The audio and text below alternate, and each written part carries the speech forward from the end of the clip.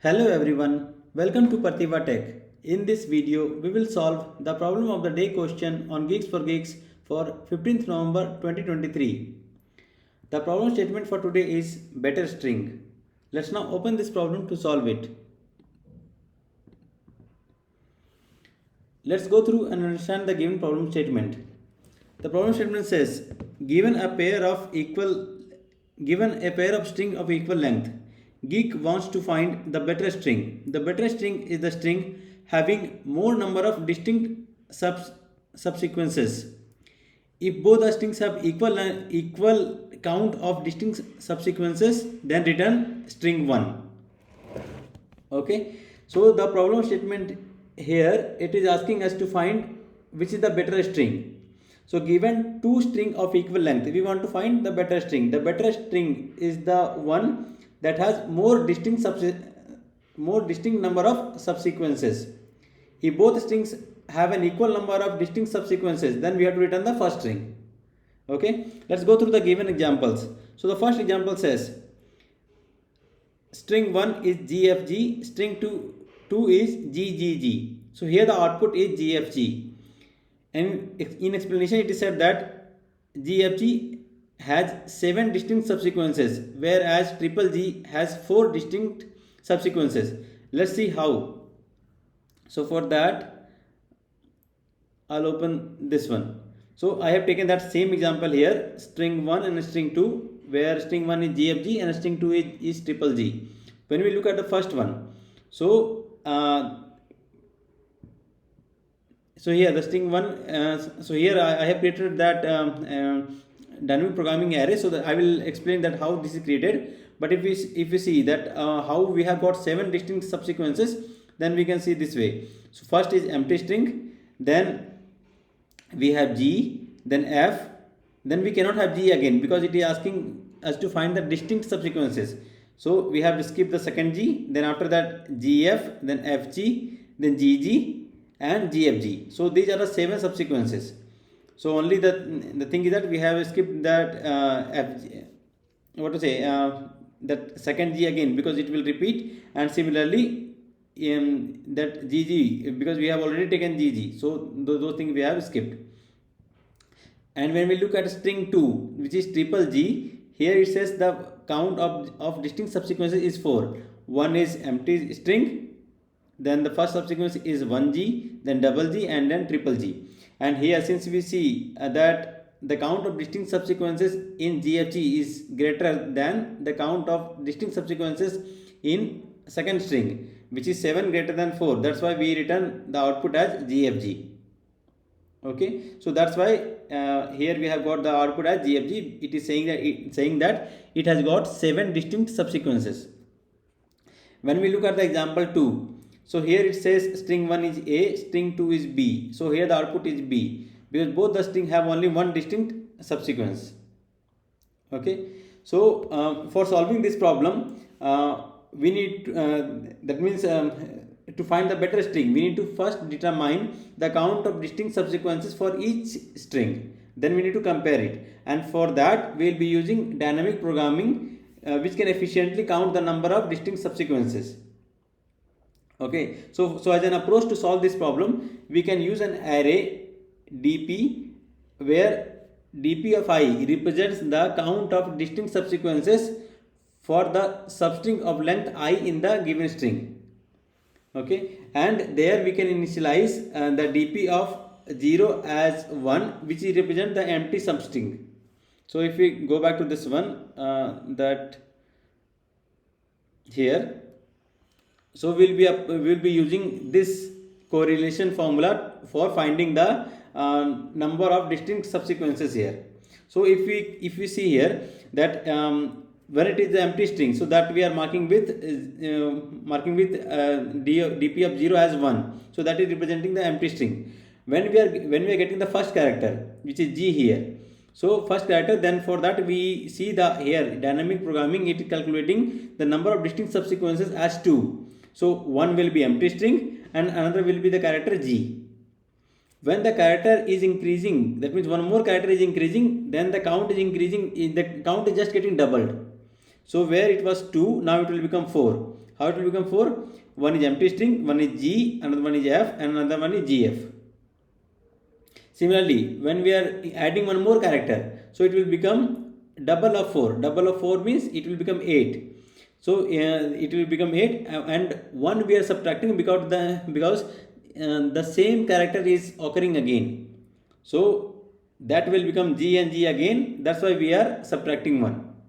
So we will be using this correlation formula to find the number of distinct subsequences for each character represented by I, and that will be exactly double of the previous found one. So we will store the previous we will store the result for each character in a dynamic programming array, and we will be using that to calculate the next one. Okay, so with this approach only I have created a solution. So let's move back to this one. First I'll solve in Java. So taking this one, I'll explain it line by line. So if I paste it here, the code, so here we can see that here we are given two strings as an input, string 1 and string 2. We are counting the distinct subsequences for each string by passing string 1 and string 2 to this method, which is called as count distinct subsequences, and we are getting the count as count 1 and 2. Then we compare whether count 1 is greater than or equal to 2 or 2 is greater. So accordingly we will return string 1 or string 2 as the final result. And how do we calculate the number of distinct subsequences? We call this method. Inside this we are accepting string as the parameter, and we are first counting the length of the string. This mode is there just to ensure that the result is within the limit of the integer range. Okay, so here we are counting the n as the string length of the string. Then here we are creating an array to store the last occurrence index of each character, and for that we have created this one array as last occurrence, and we are filling all of this with the value -1. So all 256 characters or 256 length of that in that particular array will have -1 as the initial value. Then we are creating a dynamic programming array to store the count of distinct subsequences, and we are initializing as it with dp of 0 is equal to 1, and after that we iterate through each character in the string, that is starting from I is equal to 1 to I less than or equal to n, and we are calculating the count based on recurrence relation. So the recurrence relation here, dp of I, that is equal to double of dp of I -1 into mod. So here is based on the observation that for each new character added to the string, okay, add to the string, that means substring of length I, we have two choices for the existing subsequence. When we include the new character, this doubles the count of subsequences because each existing subsequence can be extended by the new character. And if you are excluding the new character, the count remains the same as the previous substring, which is length of I -1. So that we have already seen through this example, that if we are adding this one, if we are adding one more character, then the count was just getting doubled.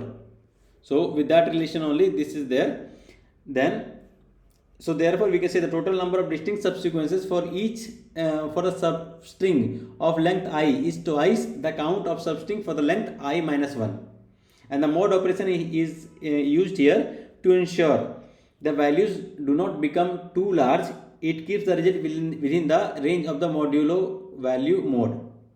So in summary we can say that dp of I, which is the double of this expression, is a recurrence solution that efficiently calculates the count of distinct subsequences for the current substring based on the count count for the previous substring, considering the choices of whether including or excluding the character. Okay, so this way we'll get the value. Now with this one, if we are checking in this last occurrence array, the character which we are getting here in the string dot caret of this particular index, is it already has this already occurred or not? If it is not occurred, if it has never occurred, then it will skip this one, and if it is not -1, that means it has occurred again, that means this is getting repeated. So at that time we will do a subtraction operation, that means it will minus the number of count it had occurred last time. So if we look at the example again, so here we can see, since this, when this G came, so here instead of 8 we subtracted 1 because this G had initially occurred once. When we look at the second example, when the G and G triple G came, so for the first time it will be 1, then that means D of 0 will be represented as 1 here, because that is marking as the empty string. Then when the first character comes, so it will be 2, which is marking as empty string, and G. So these two are the distinct subsequences. When the second G came, so here instead of 4, that means using this recurrence relation, that means it should be double of these two, but we are subtracting 1 because G had occurred once before that. Similarly, when the last G came, so at that time this G had already occurred twice, so double of this, it will become 6 minus 2, it became 4. So for that reason only we are subtracting this one. That means the number of times the particular character had already occurred, that we are subtracting this, and in each time we are updating this last occurrence with the number of characters that has occurred till now, and at last we are returning the dp of n, which represents the last value, that means the last value of that array. So that will represent the maximum number of distinct subsequences that is present in that array. Okay, I hope the solution is clear. So let's try compiling this code.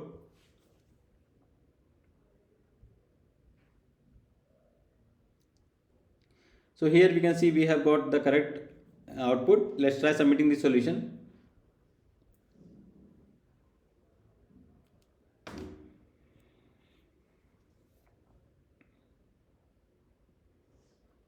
So here we can see it has covered all the test cases. So this solution is absolutely fine in Java. So when we talk about the time complexity of this solution, so here it will be in the order of big O of n. Here we can see we have two different methods. First one is better string.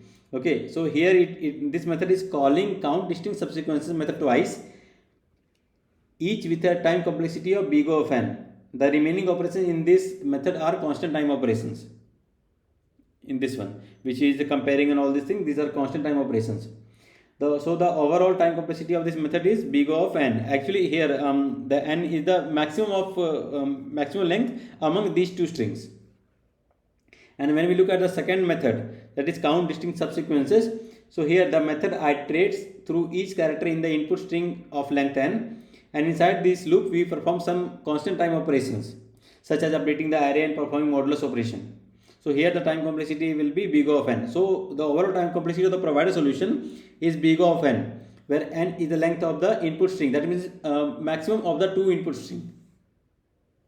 Okay, so this was the solution in Java. Even I prepared the solution in C++ as well. Let me try that solution. Let me copy this.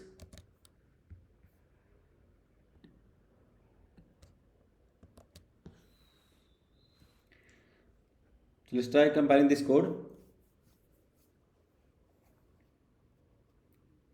So here also we can see we have got the correct solution. Actually the logic is still logic is the same as the Java solution. Only difference is the syntactical difference we have between Java and C++. Okay, here also we are calling this better string, and we are counting that, we are comparing all those things, and inside that one we are again creating the array which stores 256 characters, that is the range of the ASCII values, and we are initially setting it with -1, and we are updating it, and we are keeping track of the last index of the current character. Okay, so let's try submitting this solution.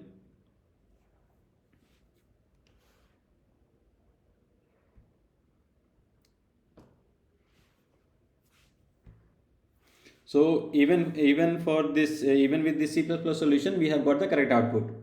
So that's it related to this problem. So I'll provide the link for this question and the link for the solution code in Java and C++ in the description box. Please do check that. That's all in this video. Please like, comment and share the video, and please subscribe to the channel for more upcoming videos. Thank you for watching.